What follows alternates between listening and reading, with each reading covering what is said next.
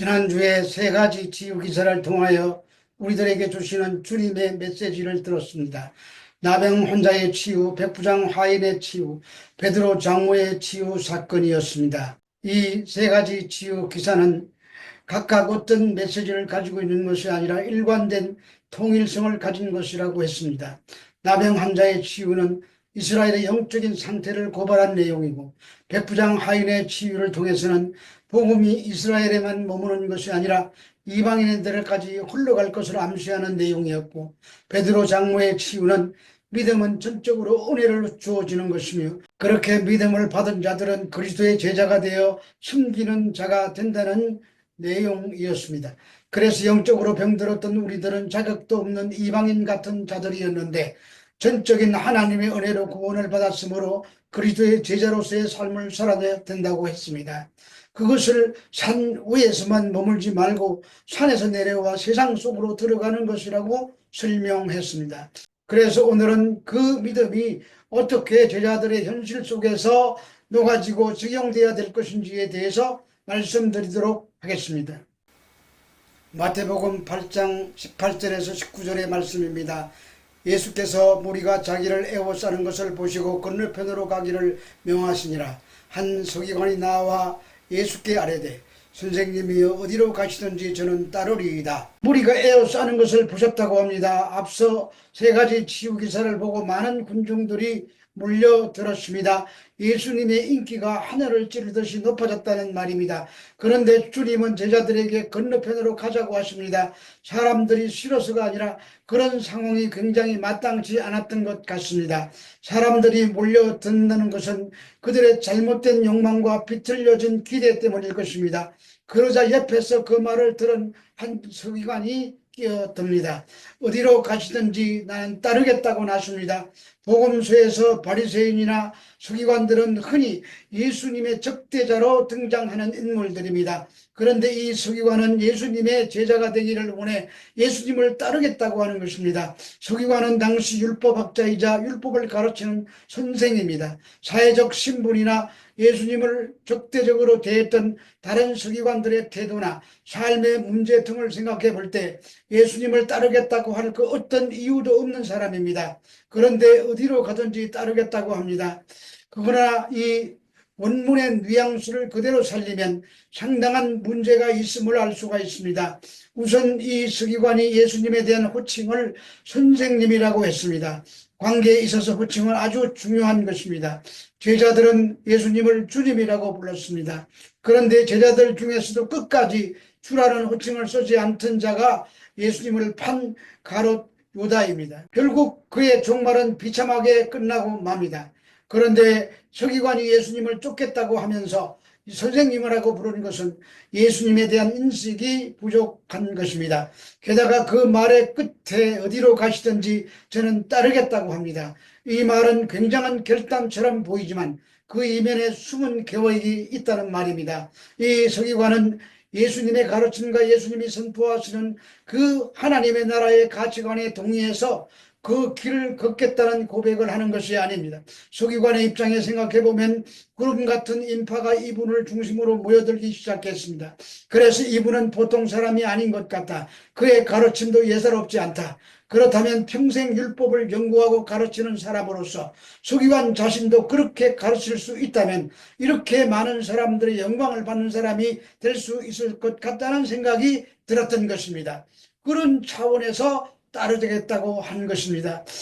그러니까 예수님이 걸어가시는 길의 의미를 이해하고 온전히 동의가 돼서 나도 그 길을 따라가겠다는 것이 아니라 학문적 관심을 가진 우호적인 추종자에 불과했던 것입니다. 히브리서 11장 13절 14절의 말씀입니다. 이 사람들은 다 믿음을 따라 죽었으며 약속을 받지 못하였으되 그것들을 멀리서 보고 환영하며 또 땅에서는 외국인과 나그네임을 증언하였으니 그들이 이같이 말하는 것은 자기들이 본향 찾는 자임을 나타냄이라. 오늘의 말씀은 특별히 따르는 문제에 대한 말씀입니다. 따른다는 것은 제자들이 필연적으로 걸어가야 할 일생의 각오라고 할 수 있습니다. 그래서 오늘 두 명이 따르겠다는 사람이 등장합니다. 한 사람은 서기관이고 또 한 사람은 이름이 밝혀지지 않은 제자입니다. 이제 예수님이 이 땅에 오심으로 하나님 나라가 이 땅에 임했습니다. 그러므로 그분을 따른다는 것은 우리가 지금까지 살아왔던 익숙하고 견고했던 삶의 터전을 떠난다는 의미가 포함된 말입니다. 그리고 우리는 우리의 시민권과 신분을 새로운 왕국으로 옮기기 위해서 이와 같은 과정을 거쳐야 하는 것입니다. 바로 이런 삶을 순례자의 삶이라고 말하기도 하고 나그네의 삶이라고 부르기도 합니다. 그래서 나그네의 삶이 어떤 것인가를 예수님께서 제자들에게 가르치고 계십니다. 그런데 뜻밖의 교회 안에 이런 아류의 사람들이 상당히 많다는 것입니다. 예수 그리스도를 나의 구주로 내가 그분의 십자가의 대속의 죽음이 없이는 구원받을 수 없었던 존재로 깨달아 알고 이제는 예수님의 걸어가신 그 길을 나도 가겠습니다. 그런 고백이 아니라 신앙을 가지는 것을 교양 과목처럼 여기는 자들이 있다는 말입니다. 우리 주변의 기독교의 이해에 대해서 이런 식으로 접근하는 사람이 많습니다. 기독교는 좋은 거지 뭐. 불교라든지 종교라는 거는 다 사람에게 선하자고 하는 것이니까 좋은 거지 뭐. 부기관도 이 정도의 이해에서 과히 멀지 않은 상태였다는 것을 우리가 알 수 있습니다. 그러자 예수님의 꺼내온 답이 이렇습니다. 마태복음 8장 20절의 말씀입니다. 예수께서 이르시되 여우도 굴이 있고 공중에 새도 거처가 있으되 인자는 머리 둘 곳이 없다 하시더라. 이 말은 그 서기관의 의정을 슬쩍 빗대어 드러내고 고발하시는 말씀입니다. 예수님은 당시 이스라엘을 다스렸던 헤롯을 여우라고 불렀습니다. 또 새는 로마의 통치권을 상징적으로 표현하는 동물입니다. 그러니까 이 세상에서 권력의 한복판에 있는 사람들은 다 자기 보금자리를 위해 살고 보금자리가 있다. 그러나 나는 이 땅에 왕으로 왔지만 머리 둘 곳도 없다. 내가 가는 길은 서기관 내가 쫓고자 하는 그런 영광과 부귀가 약속된 길이 아니라는 말씀입니다. 그러면서 여기에 독특한 표현 하나가 나오는데 인자라는 표현입니다. 이 인자라는 단어는 다니엘서 7장 13절에 처음 나옵니다. 내가 또 밤 환상 중에 보니 인자 같은 이가 구름을 타고 와서 예쪽부터 항상 계신 이에게 나아가 그 앞에 인도되매. 여기서 인자 같다는 말은 사람의 모양을 했는데 사람은 아니고 하나님의 아들인데도 사람의 모양을 하는 이런 의미입니다. 또 14절을 보면 그에게 권세와 영광과 나라를 주고 모든 백성과 나라들과 다른 언어를 말하는 모든 자들이 그를 섬기게 하였으니 그의 권세는 소멸되지 아니하는 영원한 권세요 그의 나라는 멸망하지 않을 것이라. 이것은 장차 인자의 모습으로 오실 하나님의 아들의 강림을 예언하고 있는 말씀입니다. 이것이 어떻게 성취되는가? 마태복음 19장 28절을 보면 예수께서 이르시되 내가 진실로 진실로 너희에게 이르노니 세상이 새롭게 되어 인자가 자기 영광의 보좌에 앉을 때에 나를 따르는 너희도 12보좌에 앉아 이스라엘 12지파를 심판하리라고 하십니다. 이 나라는 땅에 속한 나라가 아닙니다. 우리는 땅에 속한 나라의 왕을 따르는 것이 아닙니다. 그 다음 20장 18절 19절에 보면은 보라 우리가 예루살렘으로 올라가노니 인자가 대제사장들과 서기관들에게 넘겨지매 그들이 죽이기로 결의하고 이방인들에게 넘겨주어 그를 조롱하며 채찍질하며 십자가에 못 박게 할 것이나 제3일에 살아나리라고 되어 있습니다. 예수님이 예루살렘에 올라가는데 정권을 탈취하려고 올라가는 것이 아닙니다. 그 정권 잡은 자들에 의해서 죽기 위해서 올라가는 것입니다. 즉 십자가에서 인류의 제 문제를 해결하시려고 대속의 죽음을 죽기 위해서 올라가시는 것입니다. 그래서 예수님은 인자와 같은 모습으로 이 땅에 오신 것입니다. 이것을 지금 서기관에게 말씀하시며 나를 따르고자 하는 의중이 뭐냐? 이 땅에서 인기가 목말라서 나를 쫓는다고 하는 것 아니냐? 그래서 여우도 굴이 있고 새도 거처가 있지만 나는 인자는 머리 둘 곳도 없다고 하신 것입니다. 내가 이 땅에 무엇을 위해서 왔고 내가 걷는 길의 의미가 내가 뭔지 아느냐? 나는 죽음의 길을 지금 가고 있다. 그래서 냉혹하게 그를 돌려 세우십니다. 마태복음 8장 21절에서 22절의 말씀입니다. 제자 중에 또 한 사람이 이르되 주여 내가 먼저 가서 내 아버지를 장사하게 허락하옵소서. 예수께서 이르시되 죽은 자들이 그들의 죽은 자들을 장사하게 하고 너는 나를 따르리라 하시니, 예수님을 따르겠다는 두 번째 사람 이야기인데 유독 또 한 사람이라는 표현을 통해 앞에 인물과 대조하고 있습니다. 그것은 앞에 사람과 별개의 이야기가 아니라는 말입니다. 같은 내용이라는 말입니다. 이 사람은 먼저 가서 내 아버지를 장사하게 허락해 달라고 합니다. 유대인들에게 결혼식도 참 중요한 날이지만 부모가 돌아가셨을 때 그 장례를 어떻게 치르느냐도 참 중요합니다. 그래서 유대인들의 장례식에는 풀의 의식이 많습니다.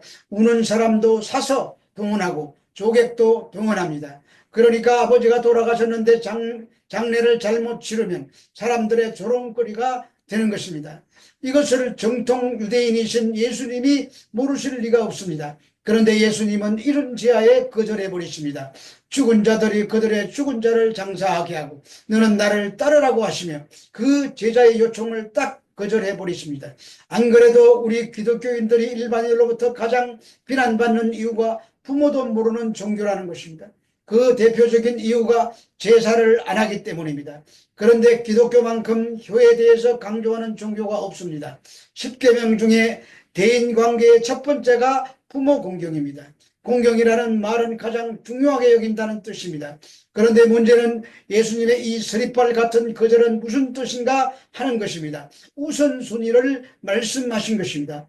오늘 모든 일관된 주제가 주님을 따르는 것입니다. 우리가 순례자로 나그네로 예수님을 따른다는 것은 모든 삶의 중심을 그분의 내 삶의 첫자리에 놓고 나의 모든 주권을 그분에게 이양하는 것입니다. 그것이 정말 따르는 것입니다. 예수님이 두 번째가 되어서는 안 된다는 말입니다. 누가복음 14장 26절 27절을 보면 무릇 내게 오는 자가 자기 부모와 처자와 형제와 자매와 더욱이 자기 목숨까지 미워하지 아니하면 능히 내 제자가 되지 못하고 누구든지 자기 십자가를 지고 나를 따르지 않는 자도 능히 내 제자가 되지 못하리라고 하셨습니다.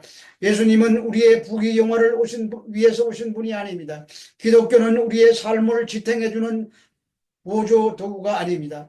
왕이신 그리스도 그분에게 내 삶을 올인하는 것입니다. 그것이 제자도의 첫걸음입니다. 아버지를 공경하는 말도 아니고 장례식을 안 치러도 된다는 말이 아니라 온 천하보다 귀한 생명을 살려내는 일에 우선은 순위를 두어야 한다는 말입니다. 성도 여러분, 우리는 주님을 따르기로 한 사람들입니다. 그러므로 우리의 삶의 우선순위는 첫째가 주님이어야 하고 그분이 우리를 살려내시려고 오신 것처럼 그분의 뜻을 따라 살아야 되는 것입니다. 어차피 이 세상은 끝나버릴 세상입니다. 지구의 종말이 오든 개인적인 죽음이 오든지 이 현실은 사라질 것들입니다. 그러므로 나그네처럼 순례자처럼 주님을 따르는 그런 은혜가 저와 여러분 모두에게 있기를 주 예수 그리스도 이름으로 축원드립니다.